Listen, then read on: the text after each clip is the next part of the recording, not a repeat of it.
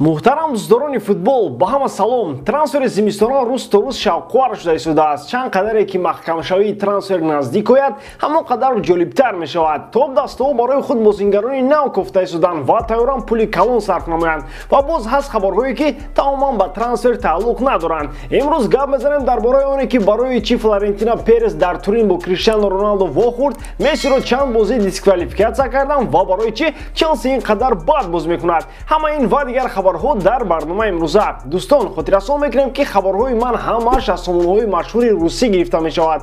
Барои ҳамин пеш аз комментария дурӯғгӯ навистан, илтимос аввалан дароед бинед ки дар интернет чӣ гап аст, баъдан фикрҳои худро баён кунед. Акнун дар ягон ҷо баъз уришнед, мо бошад сар мекунем.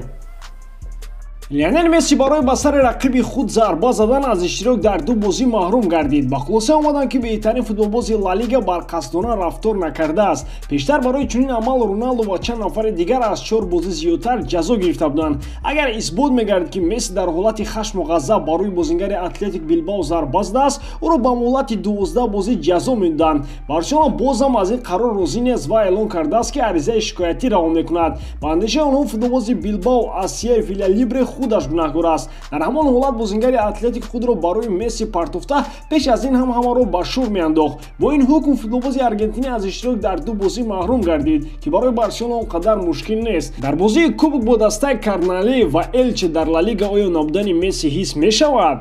100% боварӣ дорам ки шикояти Барселона ба инобат гирифта намешавад. Дар худи Барселона ҳам инро медонанд, лекин барои ҳимояи пешвои худ бояд чунин мекарданд. Умуман пештар нисбат ба худи Месси ва футболбозони Барселона чунин амалҳо мушоҳида гардида буд, лекин довар онро ба назар нагирифт ва баъдан ҳам ягон хел чораҷӯӣ нашуд. Он наворҳо дар интернет ҳаст ва мо онро фақат барои муқоиса манзури шумо мекунем. Бинед ва қазоват кунед.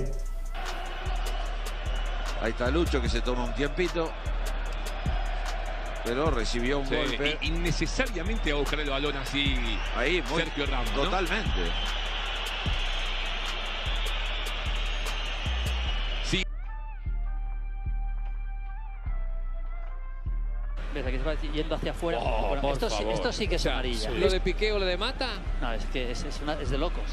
Esto Дӯстон, Барселона дар финали Кубоки Испания мағлуб шуд, аммо Ювентус шанс дорад соҳиби ҷоиза шавад. Рӯзи 20 январ Криштиано Роналдо бо ҳамдастагонаш барои Суперкубоки Италия бо Наполи рақобат мебандад. Ширкати 1xBet ба ғолибияти дастаи Турини боварӣ дорад. Аммо ман дар он ставка мемонам ки бозингарони Гатузо ғолиб мебароянд бо коэффициенти 3/106. Шумо бошад интихоботонро худатон кунед ва ногуфта намонад. Ба ссилка комментария буда дар омада бо промокоди Гайров дар аввалин ставка кардагиатон соҳиби $100 гардед. имконият хуби пулкоркуниро аз даст надиҳед.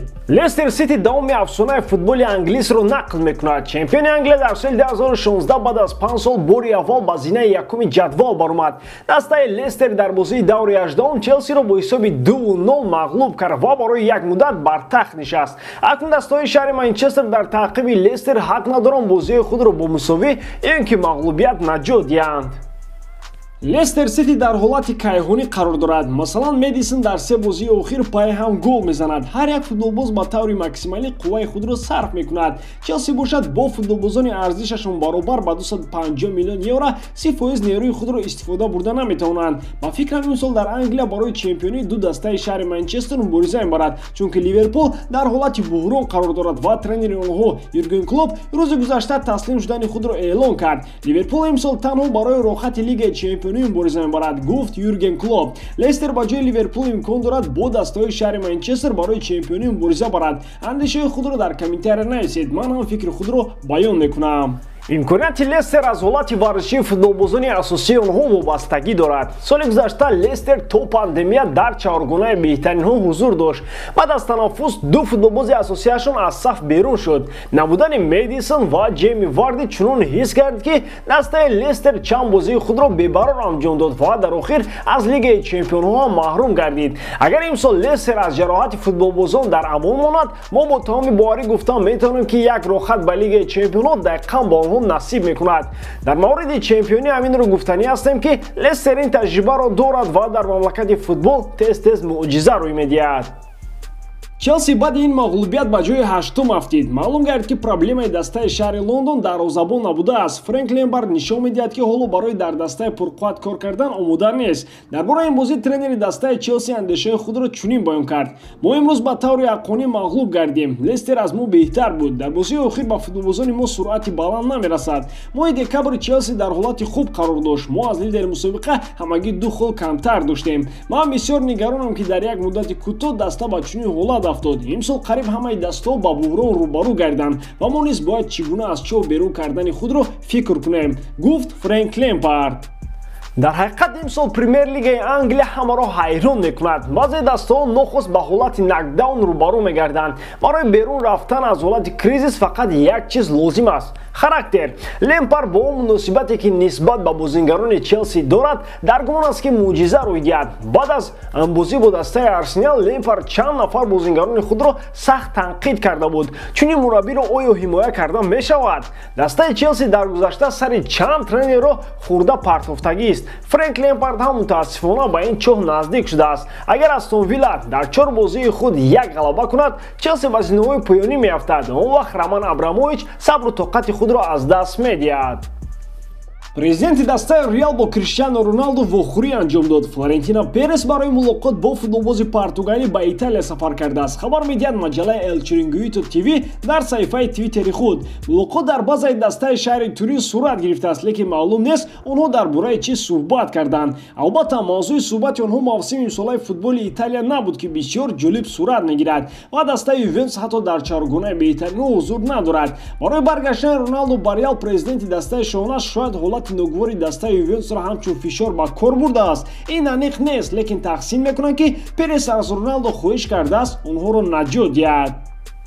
Флорентино Перес исбот кард ки дар олами футбол президенти рақами 1 мебошад. барои муваффақияти Реал ӯ на танҳо трансферҳои бобароро анҷом медиҳад, агар лозим ояд ғурури худро як су мегузорад ва барои беҳбудии кор дар назди тренер ва ё бозингар сари худро хам мекунад. коре мекунад ки дастаи Реал ба буҳрон рӯбарӯ нагардад. баъди рафтани Роналдо як сол дастаи Реал мушкилиро пай сар кард. он вақт тренер ҳам аз истеъфои худ хабар дода буд. Перес дарҳол Зиданро зора кард ки баргардад. лекин бе Роналдо мутахассиси фаронсавӣ ягон натиҷа нишон дода натавонист. Перес ҳам фаҳмид ки Зидан бе футболбози португалӣ аз муаллими тарбияи ҷисмонӣ фарқ надорад. дар хотиратон бошад, овозҳо паҳн мешуданд ки Зидан ҳам ба дастаи Ювентус меравад ва ӯро дар шаҳри Турин дида буданд. ӯ аслан бо мақсади дигар ба Италия сафар карда буд. пеш аз он ки хоҳиши президенти Реалро қабул кунад, ба назди Роналдо рафта буд, тое ки бозингари португалӣ ҳамроҳ бо ӯ ба Мадрид баргардад. албатта Роналдо он вақт чомадони худро ҷобаҷо накарда буд ва баъд аз чанд рӯзи трансфер ба Реал баргаштан мантиқ надошт. ҳоло бошад вазъият тағйир ёфтааст. шояд Роналдо мехоҳад фаъолияти худро дар дастаи шаҳри Мадрид ба анҷом расонад. инро вақт нишон медиҳад. дар рӯзои наздик бояд хабаре нашр шавад ки президенти Реал Роналдоро розӣ карда тавонист ё ин ки не. ба ҳамин тавон дӯстон, боварӣ дорам ки эҷодкории ман ба шумо писанд меояд. аз ҷои набарои лайк, комментария ва дар канал обуна шуданро ва ҳатман ба зангулача азгир кунед ки аз видеои нави мо бехабар намонед. бо шумо буд Муҳаммад Гайров. хай дар паноҳи Аллоҳ.